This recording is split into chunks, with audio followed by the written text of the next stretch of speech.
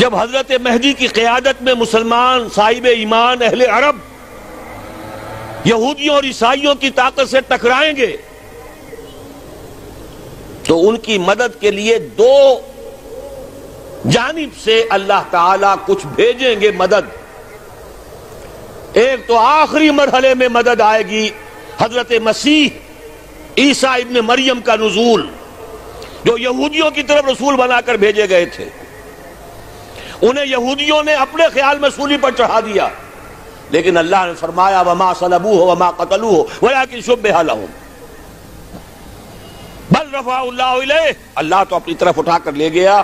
اور احادیث صحیحہ جو کہ ہمارے ہاں متواترہ کے درجے میں ہے، وہ احادیث جو صحیحین کی ہیں، ان سے ثابت ہے کہ حضرت عیسیٰ ابن مریم دوبارہ زمین پر آئیں گے.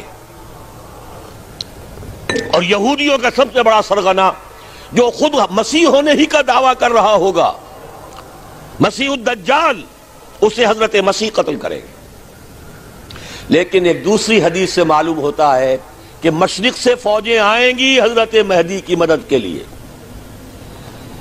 یخرجون ناس من المشرق یؤدون للمہدی یعنی سلطانہ. مشرق کی طرف سے فوجیں آئیں گی کہ جو مہدی کی حکومت کو مستحکم کریں گی. خراسان کا لفظ آتا ہے ایک دوسری حدیث میں. خراسان سے سیاہ عالم چلیں گے، انہیں کوئی نہیں روک سکے گا یہاں تک کہ وہ یروشلم میں جا کر نصب ہو جائیں گے. اور حضور کے زمانے میں اچھی طرح سمجھ لیجئے، ہند کسے کہتے تھے حضور کے زمانے میں؟ پاکستان ہند میں شامل نہیں تھا. سندھ و ہند، سندھ ایک مکمل ملک تھا، ہند اس کے بعد شروع ہوتا تھا. یہ راجپوتانے کا اور تھر کا ڈیزرٹ جو ہے، اس سے آگے جو ہندوستان ہے وہ ہند تھا.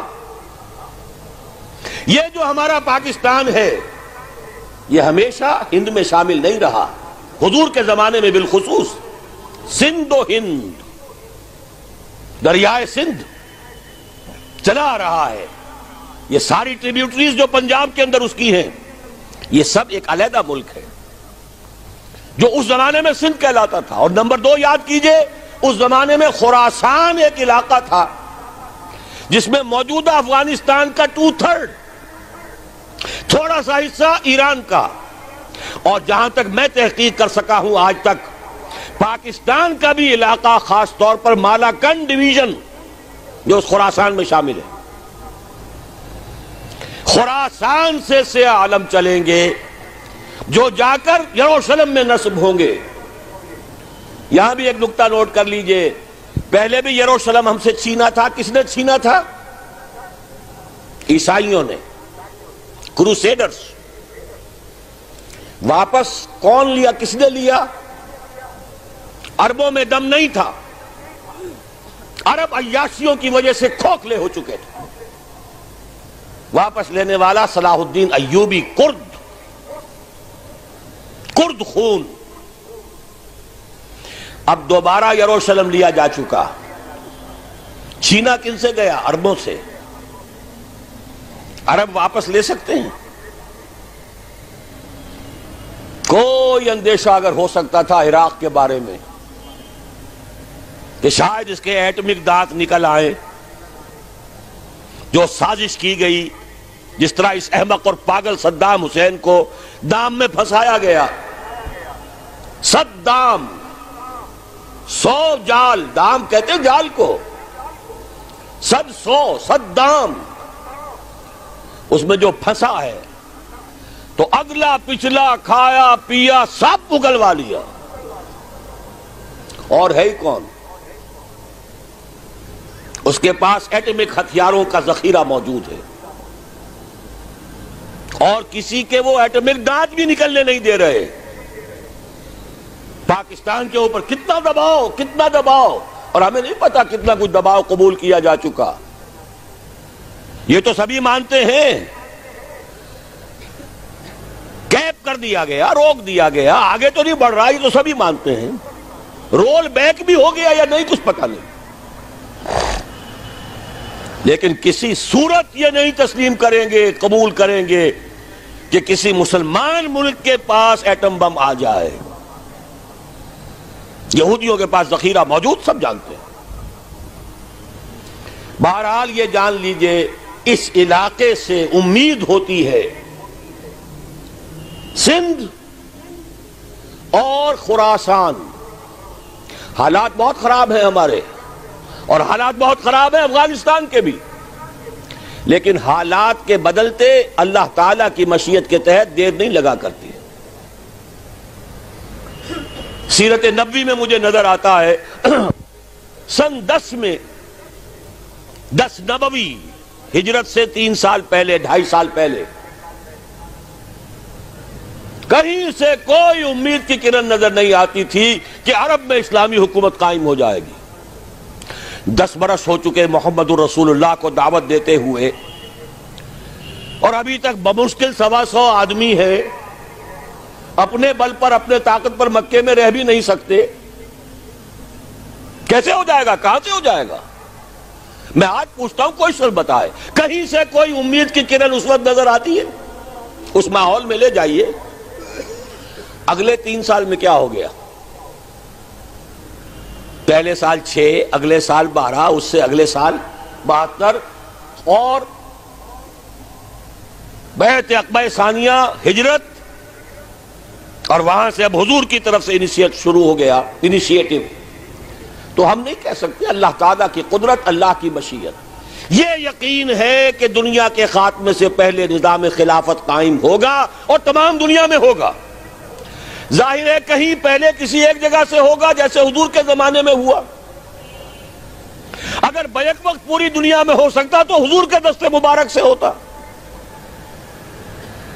اگر حضور کے دست مبارک سے بھی ایک ملک میں ہوا، جزیرہ نماء عرب میں ہوا، پھر حضور کے امتی ہیں نا، ابو بکر ہیں، عمر ہے، عثمان ہے، صحابہ کرام کی فوجیں نکلی ہیں، امتی ہیں. امتیوں کے ہاتھوں اس کی توسیع ہوئی. اب بھی یہی ہوگا، کسی ایک علاقے میں ہوگا.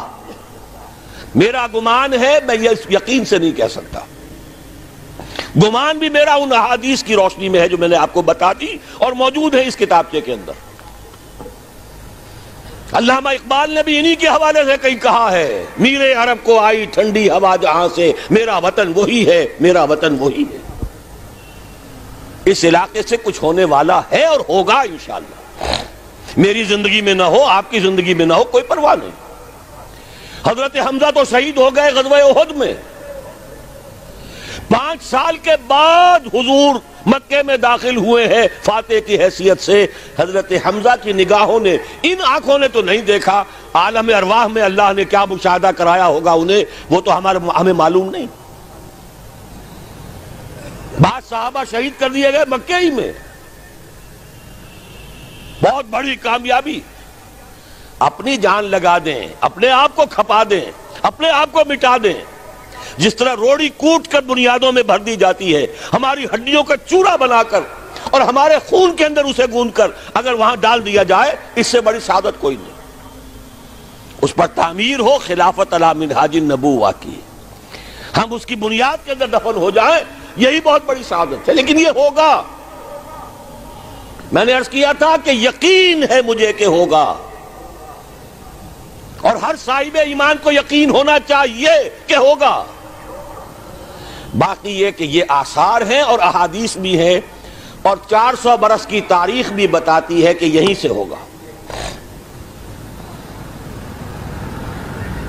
1000 برس تک سارے مجددین امت عالم عرب میں پیدا ہوئے. 11ویں صدی کا مجدد اعظم شیخ احمد سرہندی کہاں دفن ہے؟ سرہند میں، ہندوستان میں. 12ویں صدی کا مجدد اعظم شاہ ولی اللہ دہلوی کہاں دفن ہے؟ دہلی میں.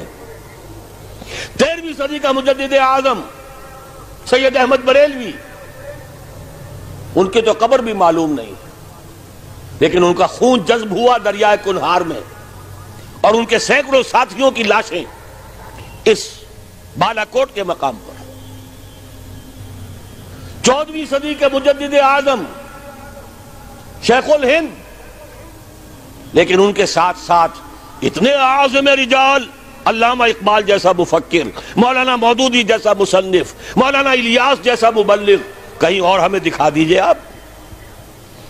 میں کل کہیں عرض کر رہا تھا، دیکھیے پہلے جو ہے 1000 برس تک ہر خیر ہندوستان میں باہر سے آ رہا تھا۔ معین الدین اجمیری باہر سے آ رہے ہیں، شیخ علی حجویری باہر سے آ رہے ہیں، سندھ میں جتنے اولیاء دفن ہیں سب کے سب باہر سے، ایران سے چلے آ رہے ہیں۔ لیکن جیسے ہی 11ویں صدی شروع ہوئی، ریورس ہو گیا آرڈر۔ اب سلسلہ مجددیہ نقش بندیہ اب ہندوستان سے نکل کر پھیل رہا ہے۔ پورا افغانستان، پورا ترکستان، تمام یہ ترک ریاستیں جو آزاد ہوئی ہیں ابھی USSR کے خاتمے کے بعد، یہاں تک کہ سائپرس، جزیرہ قبرص، پورا ترکی جو اب بھی ہے موجودہ ترکی، سلسلہ مجددیہ نقش بندیہ کہاں سے چلا؟ ہندوستان سے پھیل گیا پورے عالم اسلام میں۔ مفکر، علماء دین کا اور تمام علوم دینی کا مجدد شاہ ولی اللہ دہلوی، خالص ترین جہاد فی سبیل اللہ دور صحابہ کے بعد جماعت مجاہدین جام شہادت نوش کیا، سینکڑوں ہمارے مجاہدین نے۔ پھر 14ویں صدی میں اقبال جیسا مفکر، مودودی جیسا، دوبارہ دہرا رہا ہوں، مصنف، مولانا الیاس جیسا مبلغ، مجھے تو کہیں نظر نہیں آتا۔ تمام مسلمان ممالک آزاد ہوئے، کہیں اسلام کا نام نہیں لگا، نہ سیوکارنوں نے نعرہ لگایا، نہ کہیں کسی اور نے نعرہ لگایا۔ عربوں نے بھی عرب نیشنلزم کا نعرہ لگایا، اسلام کا نعرہ نہیں۔ تحریک پاکستان میں نعرہ لگا، پاکستان کا مطلب کیا؟ لا الہ الا اللہ۔ صبح عرض کر چکا ہوں، تحریک خلافت پوری دنیا میں کہیں نہیں، صرف بر عظیم پاک و ہند میں۔ اور کیسی تحریک خلافت کہ ہندو شریک ہوئے، گاندھی شامل ہوا، پورے ہندوستان کو جس نے گنجا دیا۔ یہ دوسری بات ہے کہ جب خود مصطفیٰ کمال نے ختم کر دیا تو اب کیا کرتے؟ مدعی سست گواہ چست۔